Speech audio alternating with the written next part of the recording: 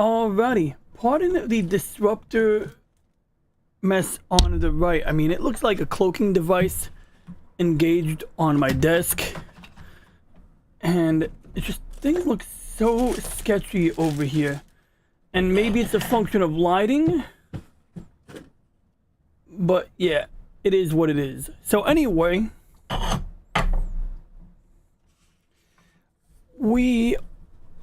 by we I mean I'm gonna go out in a little while, but I needed to do some preparation beforehand. So I'm gonna proceed with that. And part of that preparation involves, hey Google, stop it, getting this memory card loaded into this computer. I can always log in remotely to edit that content, but I have some footage on here that I'd like to get at.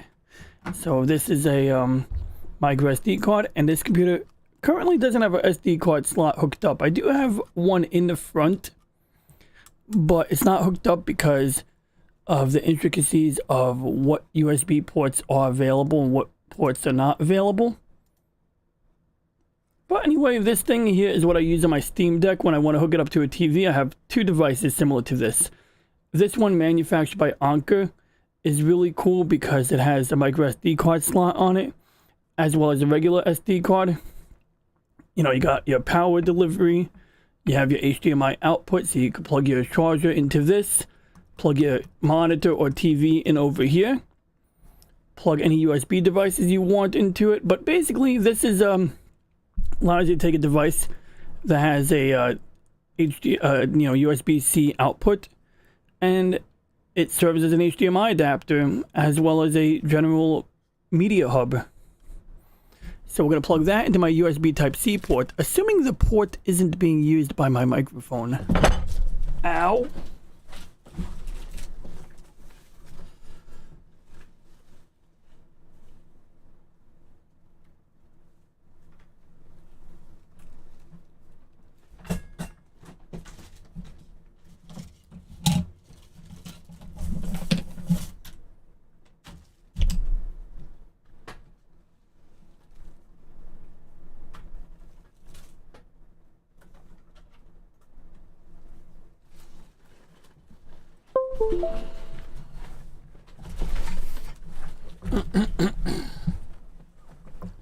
Well, that was an interesting glitch. Oh, that was interesting. When I plugged in that USB Type-C device into my computer, it kind of started wigging out on me. But other than that, let's see if we can adjust these brightness settings now. Yeah, like I say, I'm usually wearing a white t-shirt. Right now, the camera went into like ultra grainy mode. Like,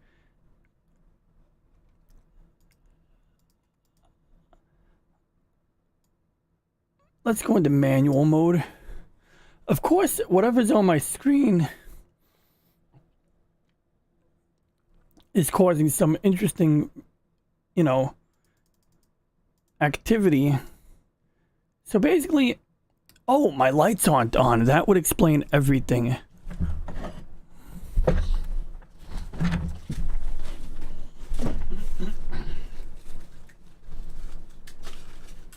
Oh, you gotta effing be kidding me. You gotta effing be kidding me. I could see the moon out my window. Why is that an issue? Because I wasn't planning on doing astrophotography. I was not doing astronomy tonight, but now I'm feeling upset that I might be wasting a perfectly clear night. Yeah, so YouTube just wigged out for a second. It was like, oh, there's not enough data coming in for the stream. And it's probably because the USB device I plugged in probably disrupted something, I hope. But let's try this again. So anyway, I'm going to crank down the setting. There we go. See, basically it's like any normal camera. The lower your ISO number, the better your quality is, or the less grainy your image is. So the opposite is if you increase the ISO number, the more So light sensitive your camera becomes. The opposite is, but if you increase the ISO number, grainier. And oh, my audio is on. Let's turn off the audio. So there we go. So yeah, basically, we'll keep it on this setting because it works. And it seems to be pretty clear, sufficiently well lit. I generally crank it down a little lower, but I feel like we get a little too much shadow that way.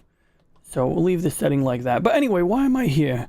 Okay, so I plugged in my USB hub. So let's make sure that it's connected. And yeah, it is. I got my Garmin and DJI camera footage right here.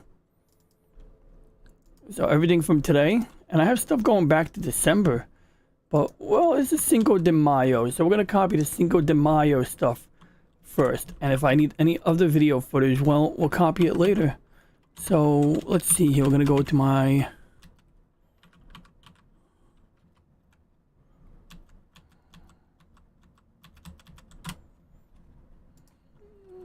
Five 2023. We're going to call it Bike 5/5/2023. Paste it, and you know, SD cards can always be a little slow, like we're seeing right here. We're seeing, actually it's not bad, 80 megabytes a second is not bad. I suspect this is an SD card that can read at a faster rate than it can write. But really, I just wanted to sit down and get some caffeine in. I don't even know if I drank my morning coffee today. There's a possibility I did not drink my morning coffee because, like, I thought I had like maybe 2 cups of coffee this morning, and then maybe I didn't drink my second cup of coffee. Or I never drank the first cup. I'm pretty sure I must have had the first cup of coffee. I feel like I would have known if I didn't have the first cup of coffee. So, whatever. I got a sharpening stone here. I figured out that I can sharpen these brass rods. So what I've been doing is like sort of sharpening them or filing down. I could probably use my Dremel rotary tool to do a better job. But we're able to get these pointy enough that we can basically heat them up on the stove or using a torch and stab them into the top of our ship.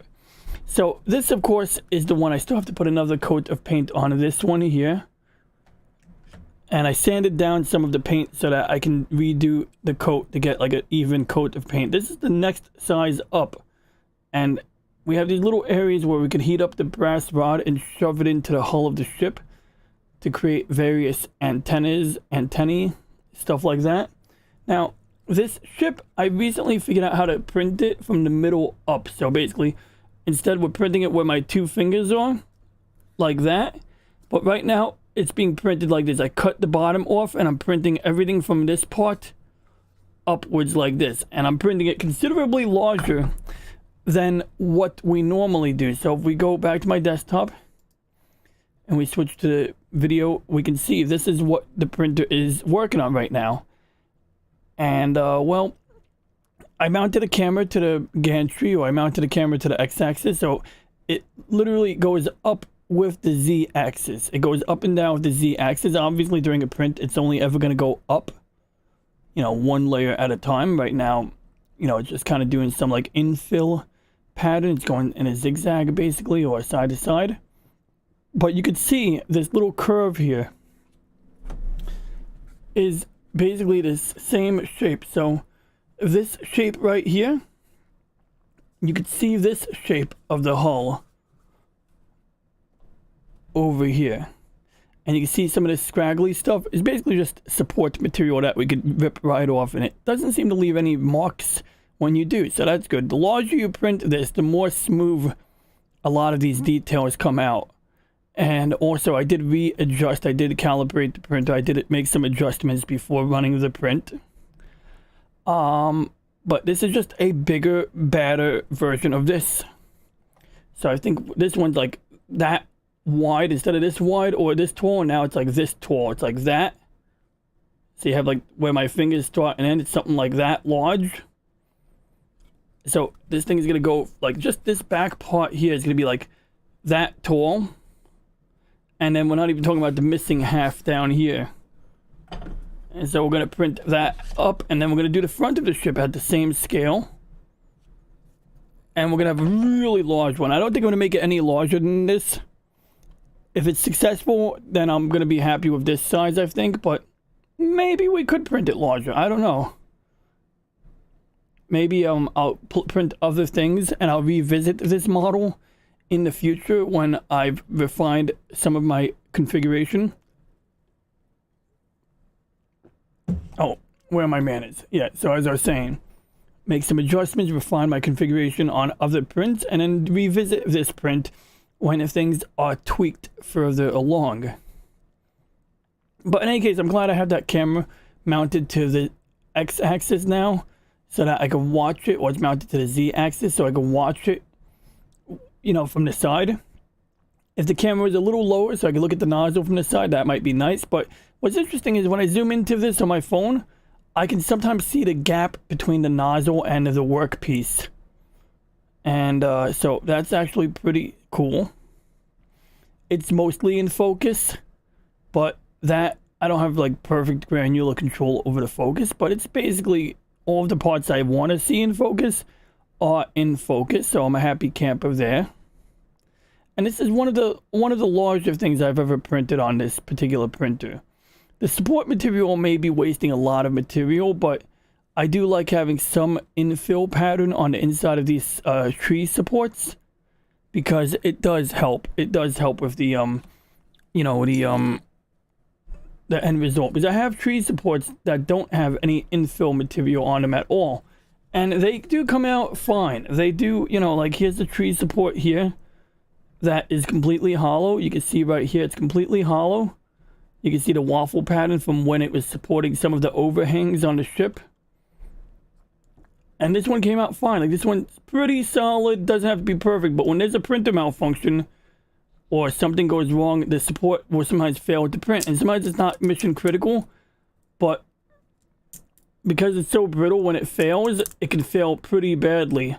And so by having a little bit of a zigzag, like a line, like a couple of rows of lines in there, this has a little more rigidity. And if, let's say, the outer wall fails to print on for a few layers, there's enough backup layers in there, so to speak, that allow it to continue to tree support. And I think we see some of that in the video here. We see like areas where things started to get a little sketchy, but it kind of kept going, like especially in these thin areas, like right here. This might have caused the tree support to completely fail if that front area didn't have any infill next to it. But in any case, you know, we're going to just let it keep on chugging along. And, you know, we'll take it from there, you know. But I'm looking forward to seeing this part of the ship completed. I'm really looking forward, more importantly, to printing this half of this ship. Because basically, the way it's working right now, the printer is printing the blue side right now. So everything right below this red rectangle is being printed from, you know, this way up, just upside down. But then after this is done, I got to print this side of the ship. And it may be off by like a fraction of a millimeter, but I'm going to be gluing it together, sanding it and gluing it together anyway. So I'll sort that out when it happens. I think, like, I made one mistake I'm thinking about now. I'm on the fence about this, and, you know, this alone might be grounds for canceling the print, but probably not. So right now we're printing this on a raft. You know, this little blue thing here, which of course comes out as the same color in the print, and it's basically designed to like help compensate or help you deal with like imperfections in the leveling on the beds. Because the larger you print something, the more you're gonna have a hard time if the bed isn't perfectly level. This sort of helps to prevent that from being an issue. But now anything that's printed on the raft tends to have a rough bottom to it, and we can see some evidence of that. In fact, this half of the ship, I apparently ripped major chunks of this ship off that I didn't even notice until I went to mate it with the back of the ship here. But here's an example. Like this part, I put some putty in, but before I put the putty in, you can see how rough the bottoms were. And that's because like only part of this was touching the support material. I think this part here, and it just didn't come out smooth. But if this part was touching the printer bed's surface, it would have had a smooth bottom. It would have been smoother than a baby's butt. So, you know, I mean, there's that. Now, I believe I have some material in here. So, if there's any part missing from the ship, it may very well be in here. So I have a funny feeling I ripped part of the ship off. In fact, it looks like...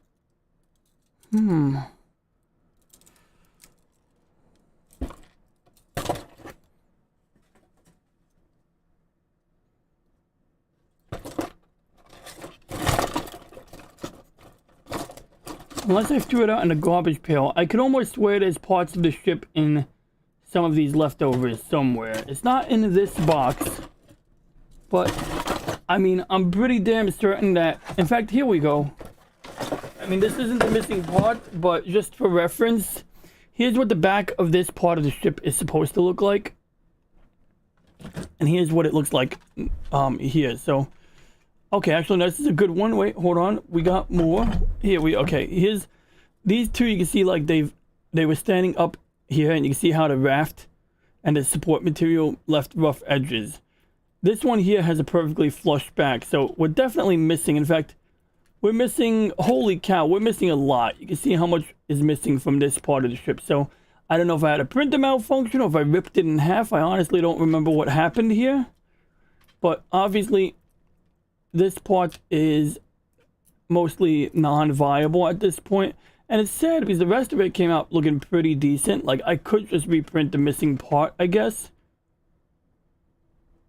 But as it stands right now, you know, this okay looking part is non-viable. So we're going to be printing something a little bit larger than this in order to marry it to this part, or in order to marry a new part to this larger one here. But yeah, the raft, you can see on the bottom, that's the raft. Now, my point is that if I print the workpiece directly on the printer bed, assuming this rectangular bit could be printed directly on the bed without any issues, the bottom is going to be super smooth. It's going to have like a glazed bottom to it, basically. But now, because it's being printed on the raft, it'll be easier to separate it from the bed, but it's also not going to have a glazed bottom. It's going to be a pretty rough texture on the bottom. That's the downside there. And so, I don't know, you know, we're going to see how it comes out, depending on how good the condition of the bottom is. I may very well print the front half of the ship without any raft on the bottom. And I think it'll be safer because this part of the ship is smaller than the back half of the ship. So there's less of a risk to doing it that way. We're just going to have to see. This is a 4-day print. So, you know, I mean, I'm judging by the parts I can see, but if, let's say, something gets majorly screwed up, I'm going to just deal with it because, I mean, the rest of it's looking good right now. By printing it so large, a lot of these overhangs, like these bits here, probably like this antenna here, I was going to replace it with a brass rod. On this model, we're definitely going to put a brass rod here, cut it to the same length, and then remove this and put a brass rod here. And you can see, like, right here, this brass rod is about the right thickness to replace that. So, you know, I mean, I think we basically have that figured out. No issue there. But on the larger print, I could probably keep this. I could definitely keep these because these here are looking pretty good on here too. I mean, they're a little rough, but like they're basically good. Maybe we shoved some modeling putty in there and smoothed it out.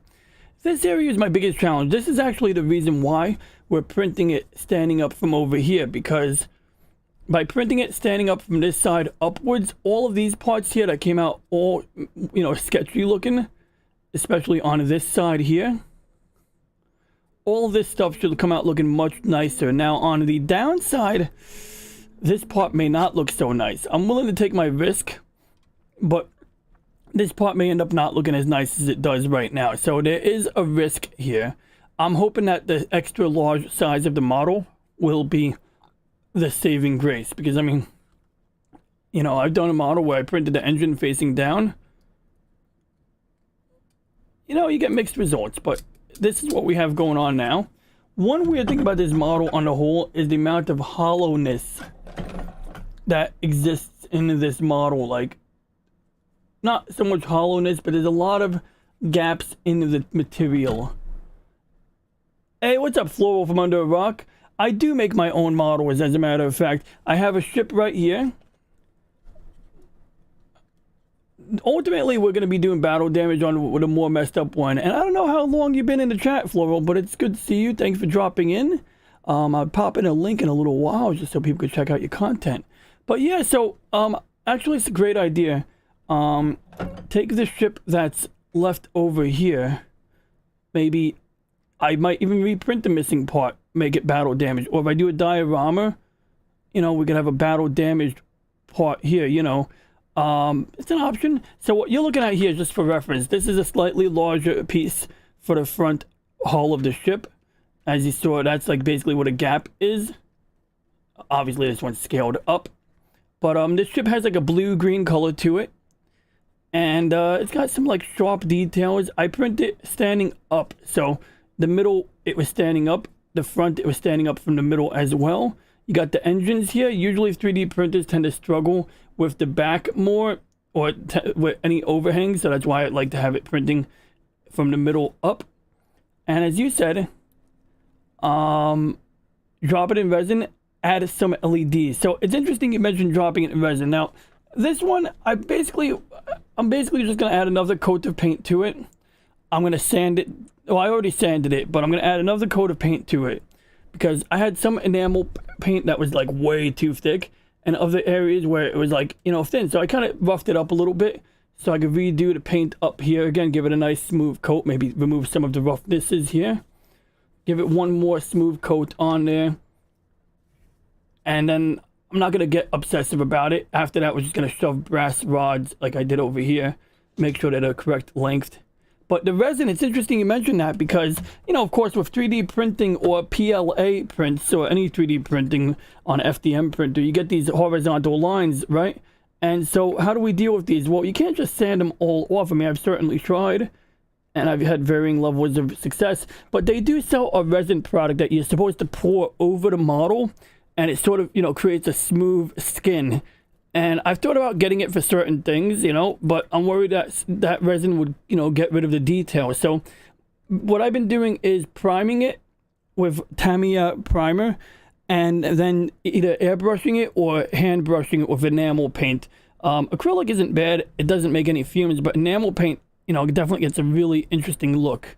The enamel paint seems to do a pretty good job of smoothing out the lines. I mean, you can see over here, only thing is that acrylic is easier to work with, but you can see I don't see any horizontal lines here. Like, sure, I gotta do some cleanup here, but like, we don't really see any of those mold lines, or even when I put the primer on, the primer seemed to smooth out a lot of the like fine details. Like, I can't see any here. Now, as for LEDs, this chip, as far as I recall, there we go. Now we can see the lines a little bit.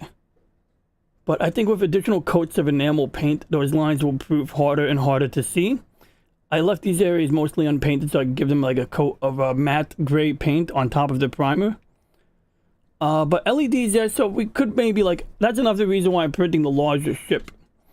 Because I figure if I print the larger ship, I could pop in some LEDs on a larger version of this. Mod Podge. Interesting. I use, what do I use right now? I'll show you. Is this stuff here, which has been pretty good for like, you know, patchwork and, you know, things like that. So this is the Tamiya putty that I currently have another tube of it. It stays liquefied for long enough to work with it. It has very strong fume, or pretty strong fumes. And in these directions, they say you can mix it with Tamiya acrylic primer, which I have small and large bottles of this. So if you mix the acrylic acrylic thinner with it, it will keep the white putty from getting solidified too quickly, because that is, you know, something that does happen. You know, the primer will kind of get gunked up on you before you're done working with it. So anyway, this has been pretty good. You can water it down with paint thinner, in particular acrylic paint thinner, to answer your question.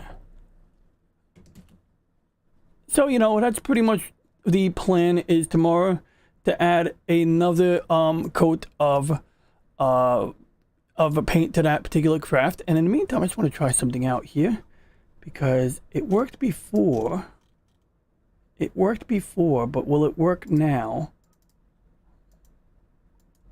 There we go. Okay, good. I think we can do this. So we're going to do... That's my friend Mafia Mega Man.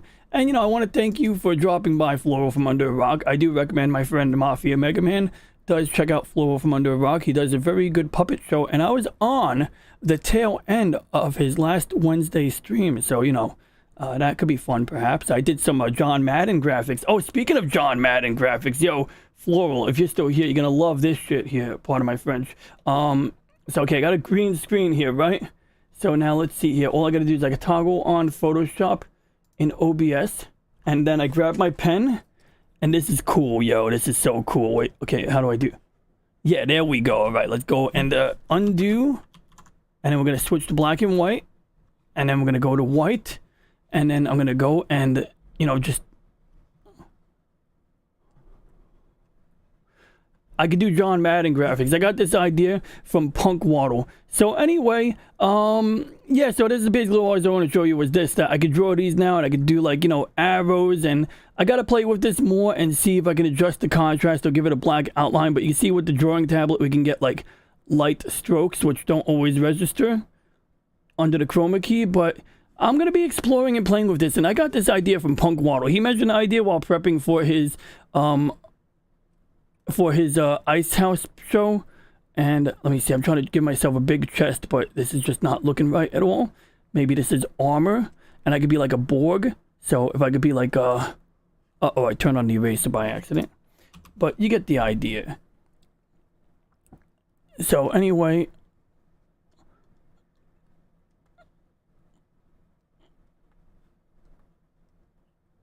and then I could be like 7 of 9.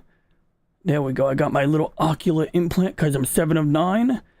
And then maybe like it'll be that episode of Voyager where the spider comes out on her face and basically makes a giant... Uh-oh, my drawing tablet's malfunctioning. Whoops. Oh yeah, I drew a rocket ship yesterday.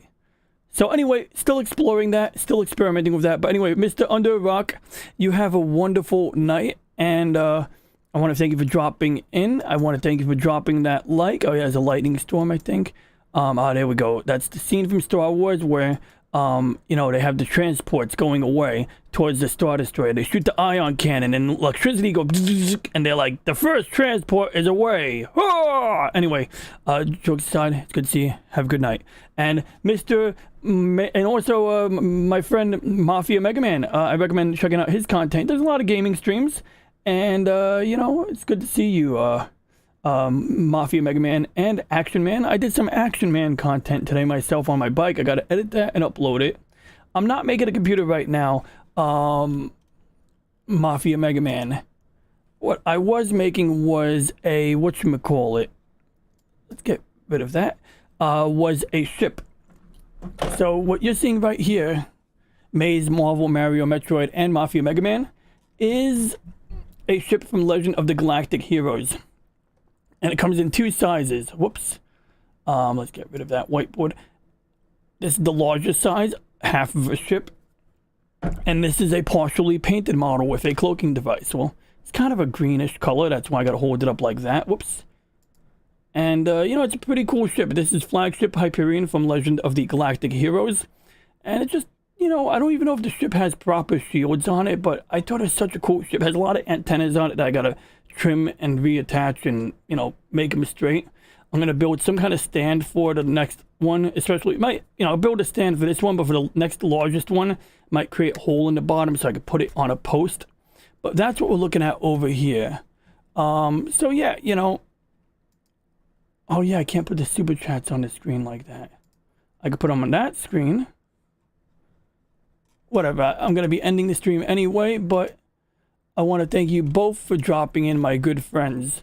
It was a delight seeing you guys, or talking to you, albeit brief. But anyway, I told my friend I'd come over at a reasonable time tonight, so I'm going to go pay a visit to my friend in the, you know, the human world. And yeah, so that's the plan. So anyway, thanks for watching. Please like and subscribe. If you have any questions, comments, or ideas, please leave a comment. I really want to bring my drawing tablet outside with me, but I better just leave it at home or I might break it. So anyway, with that being said, we shall now end transmission on my mark.